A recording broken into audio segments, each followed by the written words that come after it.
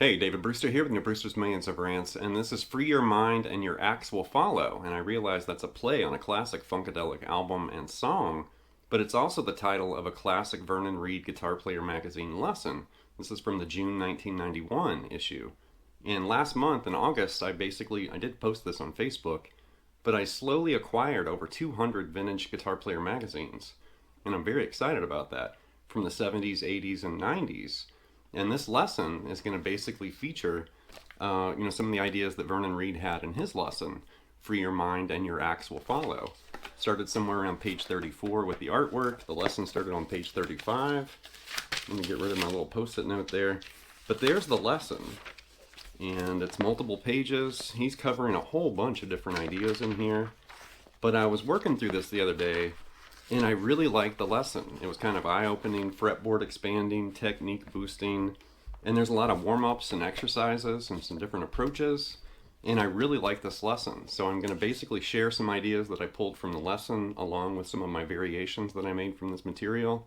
So if you want to open up your technique and find some new exercises to work on, position shifting, and all kinds of stuff, this lesson's totally for you.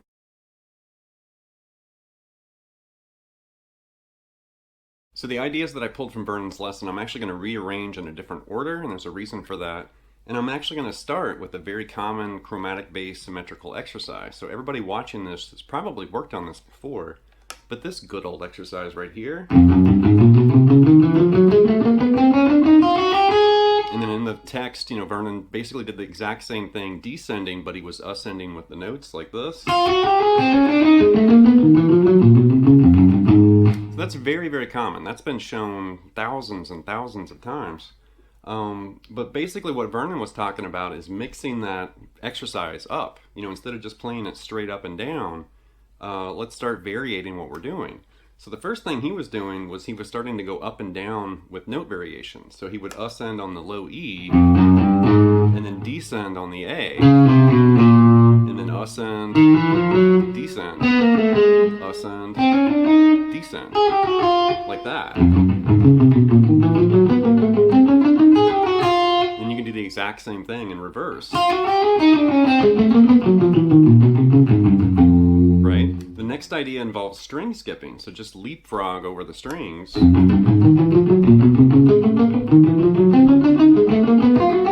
Like that, and then descend the same way.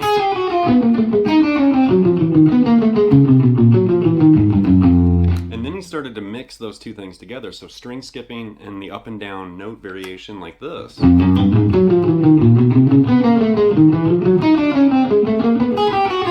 And that obviously makes that exercise much harder, and definitely for your pinky, because your pinky's kind of leading the charge the whole time. Like that, and then you do it again.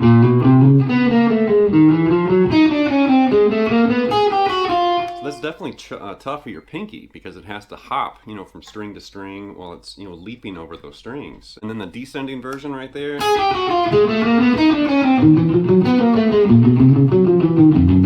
Right, and now your index finger is the one that's hopping string to string.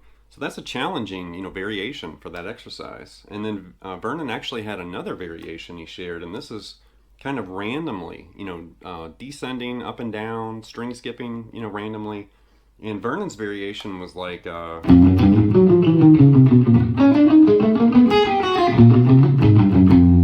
like that. One more time.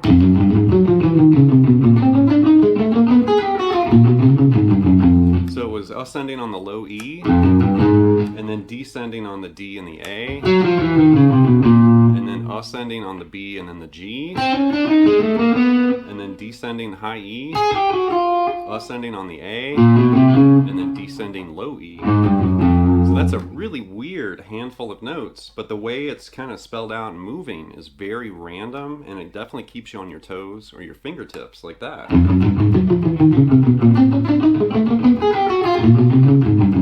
And your hands just starting to learn how to accept different combinations of notes and leaps and jumps and, ascending and descending and all sorts of stuff. Great exercise. The next step's a chromatic-based symmetrical exercise that involves position shifting, and this is a great workout, especially if you're wanting to get used to jumping like to another position. And Vernon was sharing this, right? So that 1, 2, 3, 4, 5, 6, 7, 8 on the low E like that. then do that on every string.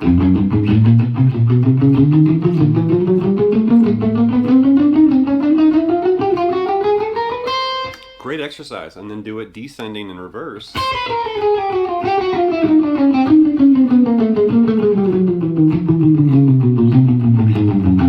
What a great hand warm up, and just a great way to wake up your hand for sure. Vernon shared a variation of this where he basically, from string to string is when he would do the position shift. So he wouldn't basically shift on every string. It was like every other string, like this.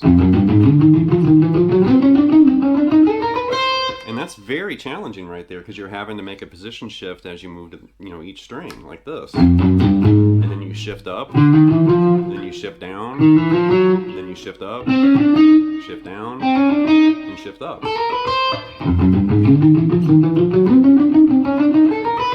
That's really tough. And then descending, I would start here and do the exact same thing in reverse, like this. Really cool exercise. And then Vernon started doing the note twists in there, and that makes it even harder, because now you're definitely having to rely on your pinky, but it's 1, 2, 3, 4, and then go to the A string and do 8, 7, 6, 5, like that. And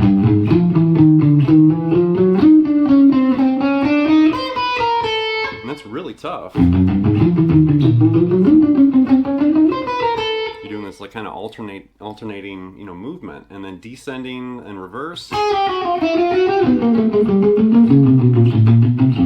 that's really hard to do, but a great, fretboard expanding workout. It definitely wakes your hand up, and those position shifts, will seem a little bit easier after working on stuff like that. Here's an expanded version of this, and this is something you should do anytime you learn anything, a lick or a solo, or, an idea from a lesson like this out of Guitar Magazine, or it could be a video here on YouTube or something.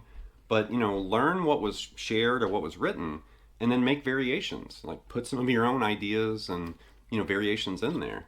So for this idea, I basically took the ascending shift that, Vernon shared this. And then I thought, well, what happens if you shift up here and then descend on the same string? So we're ascending 1, 2, 3, 4, 5, 6, 7, 8.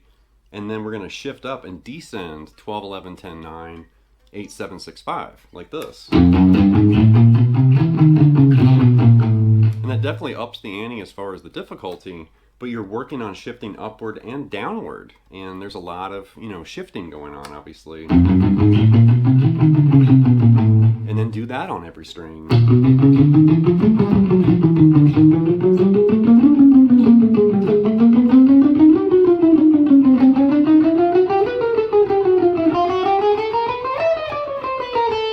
Really interesting way of getting around the fretboard, and those shifts are really important to work on, because you see lots of guitarists doing that, and working on exercises like that will really help you connect the neck and get that smooth kind of position shifting sound. Great exercise. Okay, up next are some diminished bass exercises, and this is actually what Vernon kicked off his lesson with, and I kind of moved it back a little bit after we did the chromatic, symmetrical, exercises first. And these are diminished based, and basically Vernon's connecting like with his index finger. He's connecting like that, so he is implying diminished. But the first example, he was basically doing index, middle, and pinky, and he was doing hammer-ons, and he's doing 2 sets per string. Now you could definitely fly through this, and play it really fast, but I would play it slow and play it very precise and accurate. Think of like the slow warm-up, and really work on your form, because what you don't want to do is you don't want your fingers to fly away like that. You want to keep your fingers as close to the strings as you can. That way they don't have to move quite so far to come back down. It's economy of motion or economy of movement. So do it slow and do it connected like that. Almost like overpronounce the notes, right?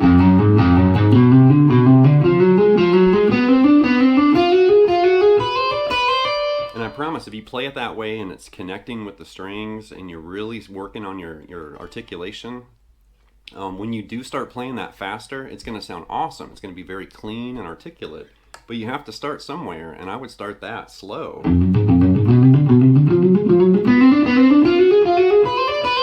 Now the exact same exercise could be used with pull-offs. Just start there and do the same thing backwards.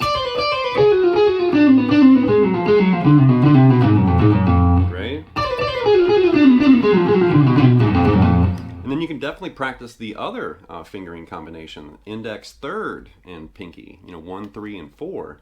And the same thing, just do a really slow and controlled and precise. And your pinky finger is going to rise, a little bit more than your other fingers. Just try to keep them as close to the strings as you can. As you start working that up. And then descend. Really good exercise, and it's definitely helping you kind of get around the fretboard, and you're working on those two very important fingering combinations.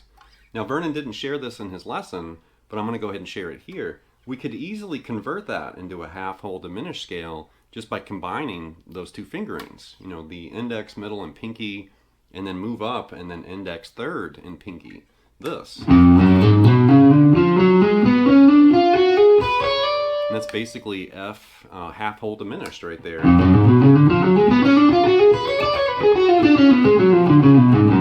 It's also F sharp harmonic minor with no third right there.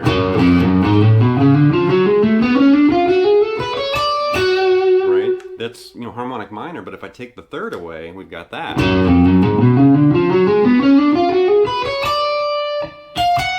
Anyway, but what we can do there is the same exercise, but now we're alternating, with different finger combinations like that.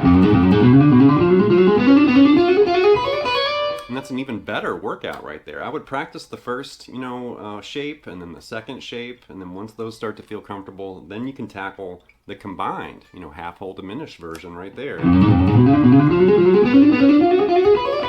you can descend the same way.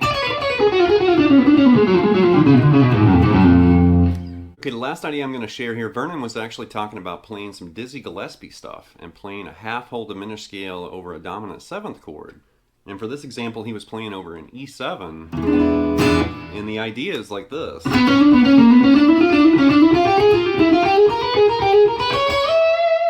One more time.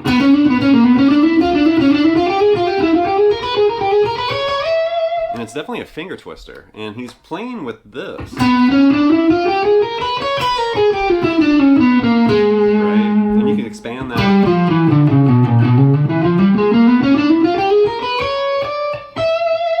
And that's like, half whole in E right there. So he's talking about playing, over E dominant 7, but using E half whole diminished. Which is a very interesting, eye-opening sound, and obviously this is some Dizzy Gillespie stuff. But the pattern he was using for this lick, it was this. Right?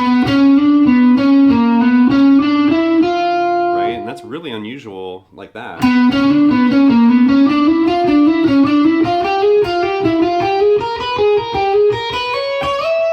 And you're kind of maintaining that same kind of sequenced, pattern right there. So you're doing that, and then going a half step lower than where you started.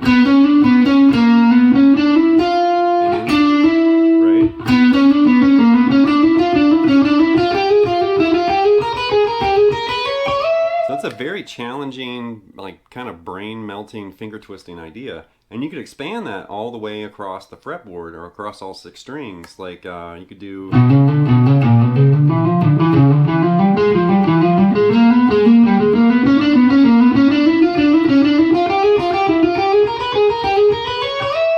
something like that, and that's just expanding that all the way across.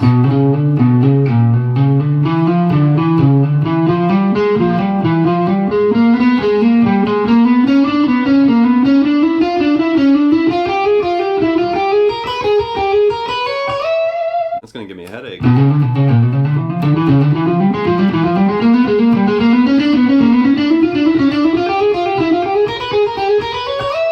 What a finger twister, but that's a great exercise. Alright, that's going to wrap this episode of Brewster's Millions of Rants with this look at free your mind and your acts will follow. And like I mentioned earlier, working through that lesson in the magazine, I had a big light bulb, it kind of came over my head.